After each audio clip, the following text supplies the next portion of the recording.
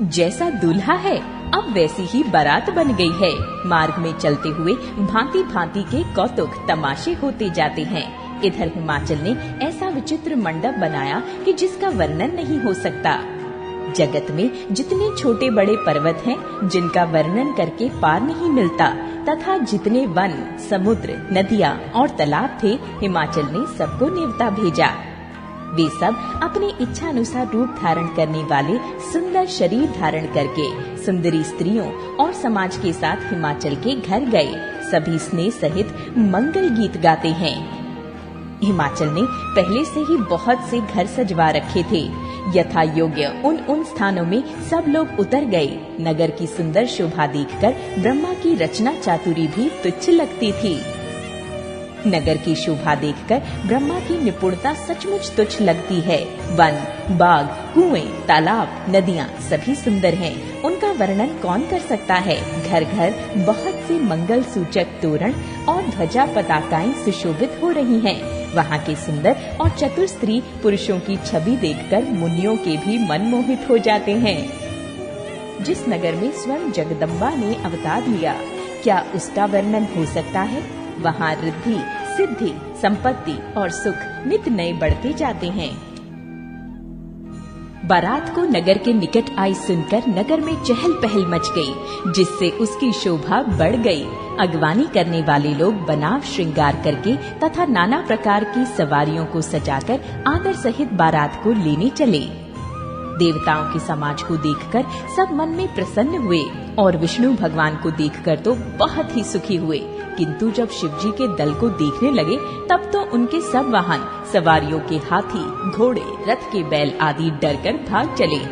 कुछ बड़ी उम्र के समझदार लोग धीरज धरकर वहीं डटे रहे।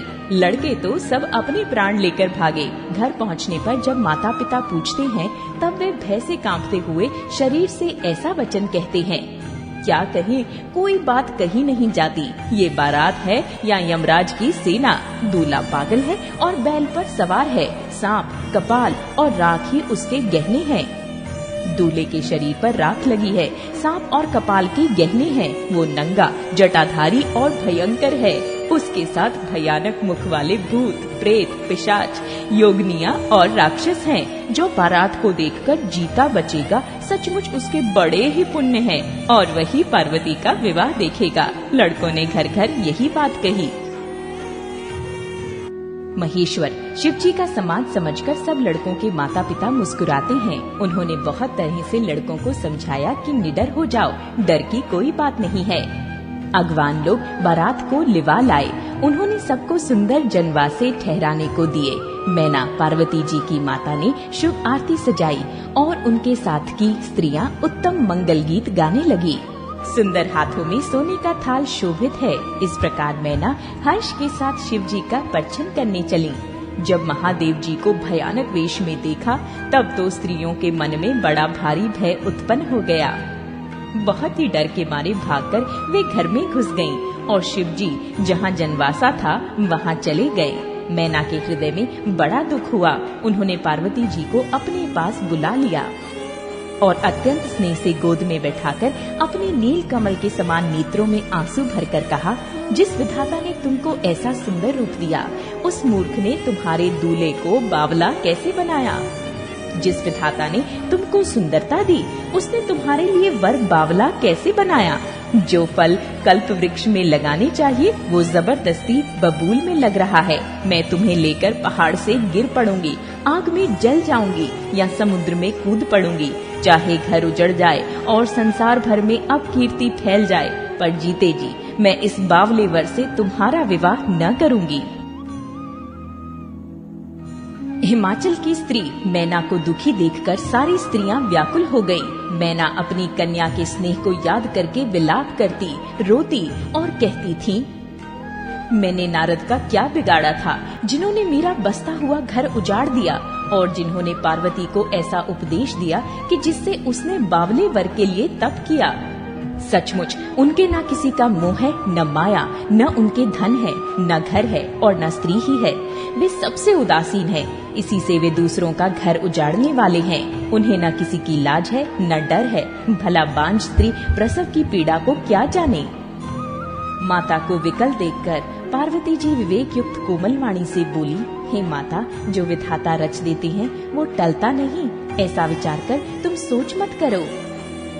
जो मेरे भाग्य में बावला ही पति लिखा है तो किसी को क्यों दोष लगाया जाए। हे माता, क्या विधाता के अंक तुमसे मिट सकते हैं? वृथा कलंक का टीका मत लो। हे माता, कलंक मत लो, रोना छोड़ो, ये अवसर विषाद करने का नहीं है। मेरे भाग्य में जो दुख सुख लिखा है उसे मैं जहाँ जाऊंगी वहीं पाऊंगी। पार्वती जी के ऐसे विनय भरे कोमल वचन सुनकर सारी स्त्रियां सोच करने लगी और भांति भांति से विधाता को दोष देकर आंखों से आंसू बहाने लगी। इस समाचार को सुनते ही हिमाचल उसी समय नारद जी और सब ऋषियों को साथ लेकर अपने घर गए। तब नारद जी ने पूर्व जन्म की कथा सुनाकर सबको समझाया और कहा कि हे मैना, तुम मेरी सच्ची बात सुनो। तुम्हारी ये लड़की साक्षात जगजननी भवानी है। ये अजन्मा, अनादि और अविनाशिनी शक्ति है। सदाशिव जी के अर्धांगिनी में रहती है। ये जगत की उत्पत्ति, पालन और संहार करने वाली है और अपनी इच्छा से ही लीला शरीर धारण करती है। पहले ये दक्ष के घर जाकर जन्मी थी, तब इसका सती नाम था। बहुत सुंदर शरीर पाया था। वहाँ भी सती शंकर जी से ही ब्याही गई थी। ये कथा सारे जगत में प्रसिद्ध है। एक बार इन्होंने शिव जी के साथ आते हुए राह में रघुकुल रूपी कमल के सूर्य श्री रामचंद्र जी को देखा। तब इन्हें मोह हो गया और इन्होंने शिव जी का कहना न मानकर ब्रह्मवश सीता जी का वेश धारण कर लिया। सती जी ने तो सीता का वेश धारण किया। उसी अपराध के कारण शंकर जी ने उनको त्याग दिया। फिर शिव जी के वियोग में ये अपने पिता के यज्ञ में जाकर वहीं योगाग्नि से भस्म हो गई। अब इन्होंने तुम्हारे घर जन्म लेकर अपने पति के लिए कठिन तप किया है। ऐसा जानकर संदेह छोड़ दो। पार्वती जी तो सदा ही शिव जी की ही प्रिया अर्धांगिनी है। तब नारद के वचन सुनकर सबका विषाद मिट गया और क्षण भर में ये समाचार सारे नगर में घर घर फैल गया। तब मैना और हिमवान आनंद में मग्न हो गए और उन्होंने बार बार पार्वती के चरणों की वंदना की। स्त्री, पुरुष, बालक, युवा और वृद्ध, नगर के सभी लोग बहुत प्रसन्न हुए। नगर में मंगल गीत गाए जाने लगे और सबने भांति भांति के सुवर्ण के कलश सजाए।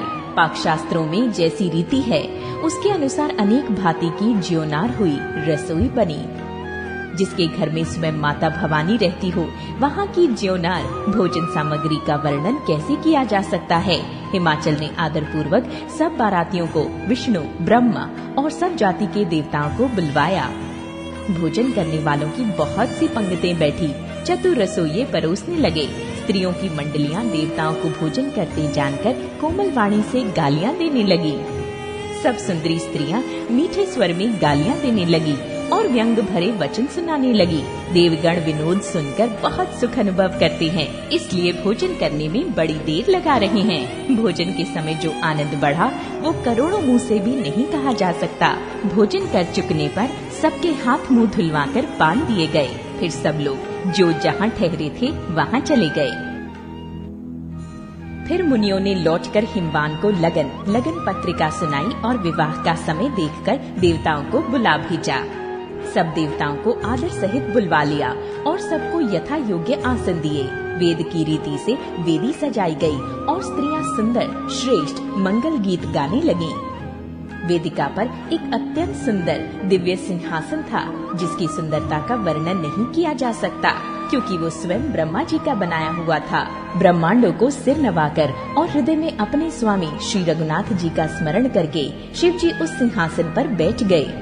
फिर मुनीश्वरों ने पार्वती जी को बुलाया। सखियां श्रृंगार करके उन्हें ले आईं। पार्वती जी के रूप को देखते ही सब देवता मोहित हो गए। संसार में ऐसा कवि कौन है जो उस सुंदरता का वर्णन कर सके। पार्वती जी को जगदम्बा और शिव जी की पत्नी समझकर देवताओं ने मन ही मन प्रणाम किया। भवानी जी सुंदरता की सीमा है, करोड़ों मुखों से भी उनकी शोभा नहीं कही जा सकती। जग जननी पार्वती जी की महान शोभा का वर्णन करोड़ों मुखों से भी करते नहीं बनता। वेद, शेष जी और सरस्वती जी तक उसे कहते हुए सकुचा जाते हैं। तब मंद बुद्धि तुलसी किस गिनती में है। सुंदरता और शोभा की खान माता भवानी मंडप के बीच में जहाँ शिव जी हैं वहाँ गई। वे संकोच के मारे पति शिव जी के चरण कमलों को देख नहीं सकती, परंतु उनका मन रूपी भौरा तो वहीं रसपान कर रहा था। मुनियों की आज्ञा से शिव जी और पार्वती जी ने गणेश जी का पूजन किया। मन में देवताओं को अनादि समझकर कोई इस बात को सुनकर शंका न करे कि गणेश जी तो शिव पार्वती की संतान हैं, अभी विवाह से पूर्व ही वे कहां से आ गए। वेदों में विवाह की जैसी रीति कही गई है, महामुनियों ने वो सभी रीति करवाई। पर्वतराज हिमाचल ने हाथ में कुश लेकर तथा कन्या का हाथ पकड़कर उन्हें भवानी शिव पत्नी जानकर शिव जी को समर्पण किया। तब महेश्वर शिव जी ने पार्वती का पाणी ग्रहण किया। तब इंद्रादि सब देवता हृदय में बड़े ही हर्षित हुए। श्रेष्ठ मुनिगण देव मंत्रों का उच्चारण करने लगे और देवगण शिव जी का जय जयकार करने लगे। अनेकों प्रकार के बाजे बजने लगे। आकाश से नाना प्रकार के फूलों की वर्षा हुई। शिव पार्वती का विवाह हो गया। सारे ब्रह्मांड में आनंद भर गया। दासी, दास, रथ, घोड़े, हाथी, गाय, वस्त्र और मणि आदि अनेक प्रकार की चीजें, अन्न तथा सोने के बर्तन गाड़ियों में लदवाकर दहेज में दिए, जिनका वर्णन नहीं हो सकता।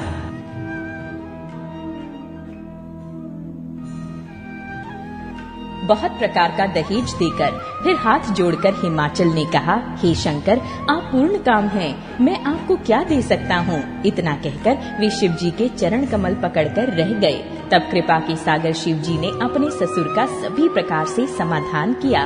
फिर प्रेम से परिपूर्ण हृदय मैना जी ने शिव जी के चरण कमल पकड़े और कहा, हे नाथ, ये उमा मुझे प्राणों के समान प्यारी है। आप इसे अपने घर की टहलनी बनाइएगा और इसके सब अपराध को क्षमा करते रहिएगा। आप प्रसन्न होकर मुझे यही वर दीजिए। शिव जी ने बहुत तरह से अपनी सास को समझाया। तब वे शिव जी के चरणों में सिर नवाकर घर गयीं। फिर माता ने पार्वती को बुला लिया और गोद में बैठाकर ये सुंदर सीख दी, हे पार्वती, तू सदा शिव जी के चरणों की पूजा करना। नारियों का यही धर्म है। उनके लिए पति ही देवता है और कोई देवता नहीं है। इस प्रकार की बातें कहते कहते उनकी आंखों में आंसू भर आए और उन्होंने कन्या को छाती से चिपटा लिया। फिर बोली कि विधाता ने जगत में स्त्री जाति को क्यों पैदा किया? पराधीन को सपने में भी सुख नहीं मिलता। यूं कहती हुई माता प्रेम में अत्यंत विकल हो गई, परंतु कुसमय जानकर, दुख करने का अवसर न जानकर उन्होंने धीरज धरा।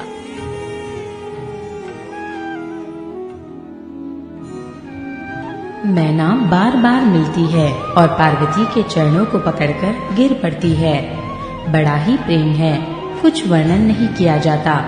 भवानी सब स्त्रियों से मिल भेंट कर फिर अपनी माता के हृदय से जा लिपटी। पार्वती जी की माता से फिर मिलकर चली। सब किसी ने उन्हें योग्य आशीर्वाद दिए। पार्वती जी फेर फेर कर माता की ओर देखती जाती थी। तब सखियां उन्हें शिव जी के पास ले गई। महादेव जी सब याचकों को संतुष्ट कर पार्वती के साथ घर कैलाश को चले। सब देवता प्रसन्न होकर फूलों की वर्षा करने लगे और आकाश में सुंदर नगाड़े बजने लगे। तब हिमवान अत्यंत प्रेम से शिव जी को पहुंचाने के लिए साथ चले। वृषकेतु शिव जी ने बहुत तरह से उन्हें संतोष कराकर विदा किया। पर्वतराज हिमाचल तुरंत घर आए और उन्होंने सब पर्वतों और सरोवरों को बुलाया। हिमवान ने आदर, दान, विनय और बहुत सम्मान पूर्वक सबकी विदाई की। जब शिव जी कैलाश पर्वत पर पहुँचे तब सब देवता अपने अपने लोकों को चले गए। तुलसीदास जी कहते हैं कि पार्वती जी और शिव जी जगत के माता पिता हैं, इसीलिए मैं उनके श्रृंगार का वर्णन नहीं करता। शिव पार्वती विविध प्रकार के भोग विलास करते हुए अपने गणों सहित कैलाश पर रहने लगे। वे नित्य नए विहार करते थे। इस प्रकार बहुत समय बीत गया।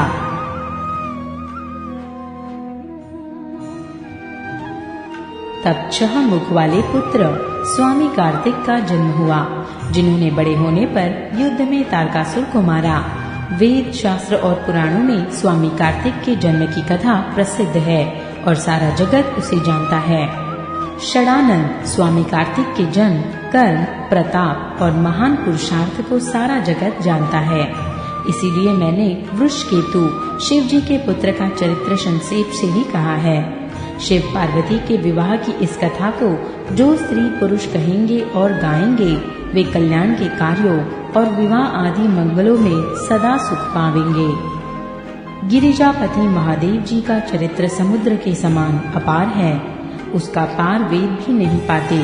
तब अत्यंत मनबिंदु और गवार तुलसीदास उसका वर्णन कैसे कर सकता है।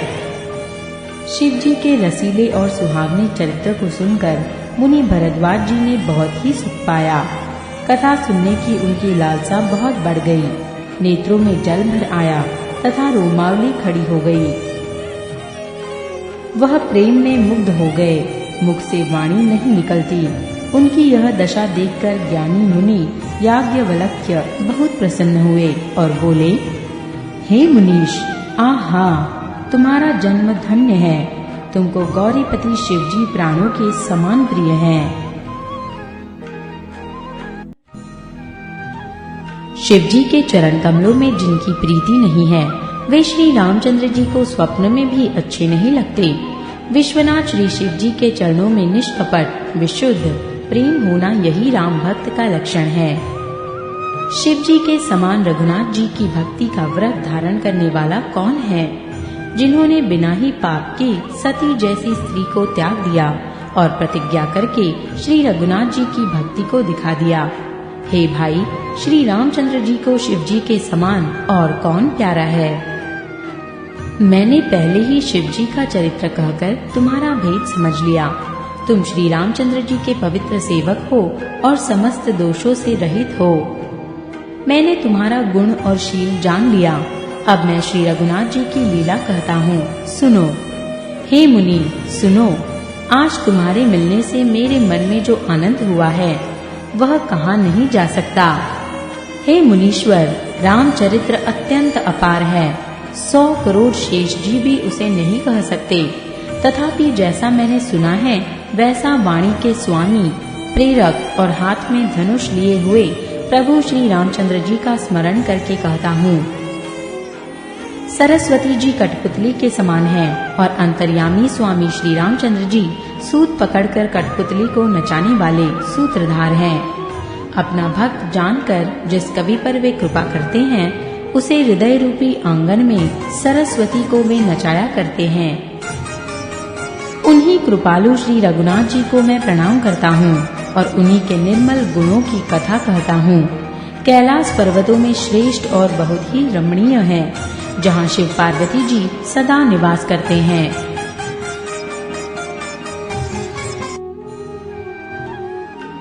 सिद्ध तपस्वी योगीगण देवता किन्नर और मुनियों के समूह उस पर्वत पर रहते हैं।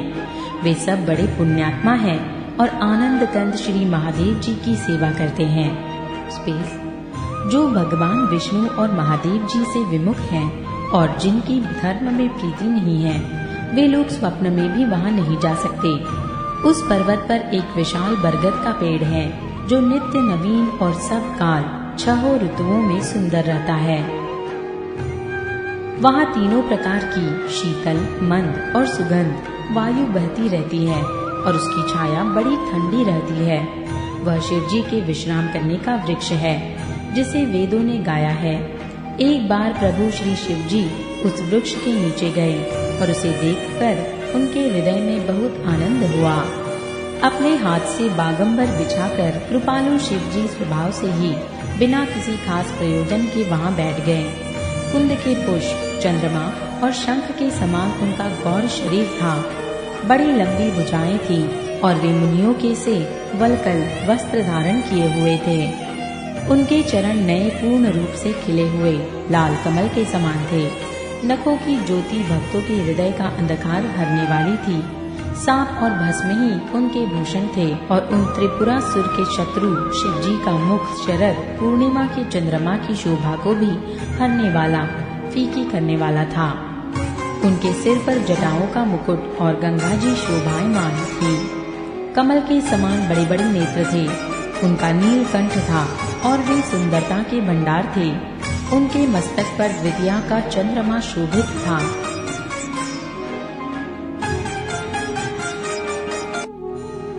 कामदेव के शत्रु शिव जी वहाँ बैठे हुए ऐसे शोभित हो रहे थे मानो शांत रस ही शरीर धारण किए बैठा हो। अच्छा मौका जानकर शिव पत्नी माता पार्वती जी उनके पास गई। अपनी प्यारी पत्नी जानकर शिव जी ने उनका बहुत आदर सत्कार किया और अपनी बाईं ओर बैठने के लिए आसन दिया। पार्वती जी प्रसन्न होकर शिव जी के पास बैठी। उन्हें पिछले जन्म की कथा स्मरण हो गई। स्वामी के हृदय में अपने ऊपर पहले की अपेक्षा अधिक प्रेम समझकर पार्वती जी हंसकर प्रिय वचन बोली। याज्ञवल्क्य जी कहते हैं कि जो कथा सब लोगों का हित करने वाली है उसे ही पार्वती जी पूछना चाहती हैं। पार्वती जी ने कहा, हे संसार के स्वामी, हे मेरे नाथ, हे त्रिपुरासुर का वध करने वाले, आपकी महिमा तीनों लोकों में विख्यात है। चर अचर, नाग, मनुष्य और देवता सभी आपके चरण कमलों की सेवा करते हैं। हे प्रभु, आप समर्थ, सर्वज्ञ और कल्याण स्वरूप हैं। सब कलाओं और गुणों के निधान हैं और योग्य ज्ञान तथा वैराग्य के भंडार हैं। आपका नाम शरणागतों के लिए कल्प वृक्ष है। हे सुख की राशि, यदि आप मुझ पर प्रसन्न हैं और सचमुच मुझे अपनी दासी या अपनी सच्ची दासी जानते हैं तो हे प्रभु, आप श्री रघुनाथ जी की नाना प्रकार की कथा कहकर मेरा अज्ञान दूर कीजिए।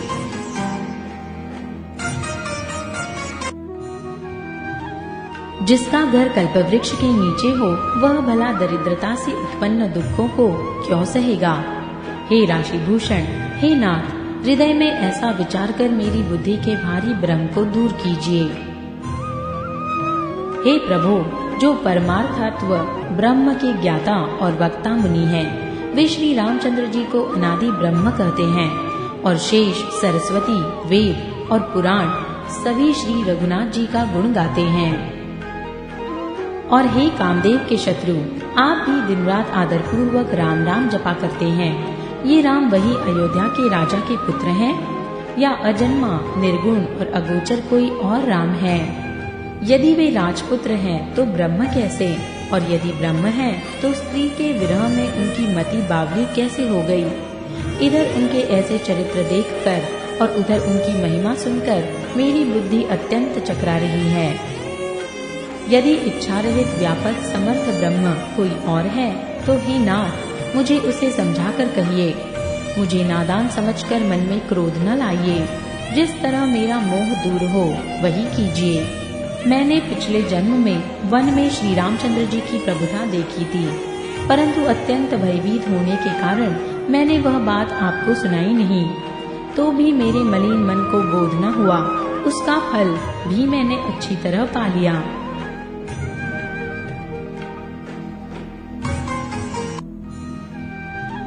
अब भी मेरे मन में कुछ संदेह है, आप कृपा कीजिए। मैं हाथ जोड़कर विनंती करती हूँ, हे प्रभु, आपने उस समय मुझे बहुत तरह से समझाया था, फिर भी मेरा संदेह नहीं गया। हे नाथ, यह सोचकर मुझ पर क्रोध न कीजिए।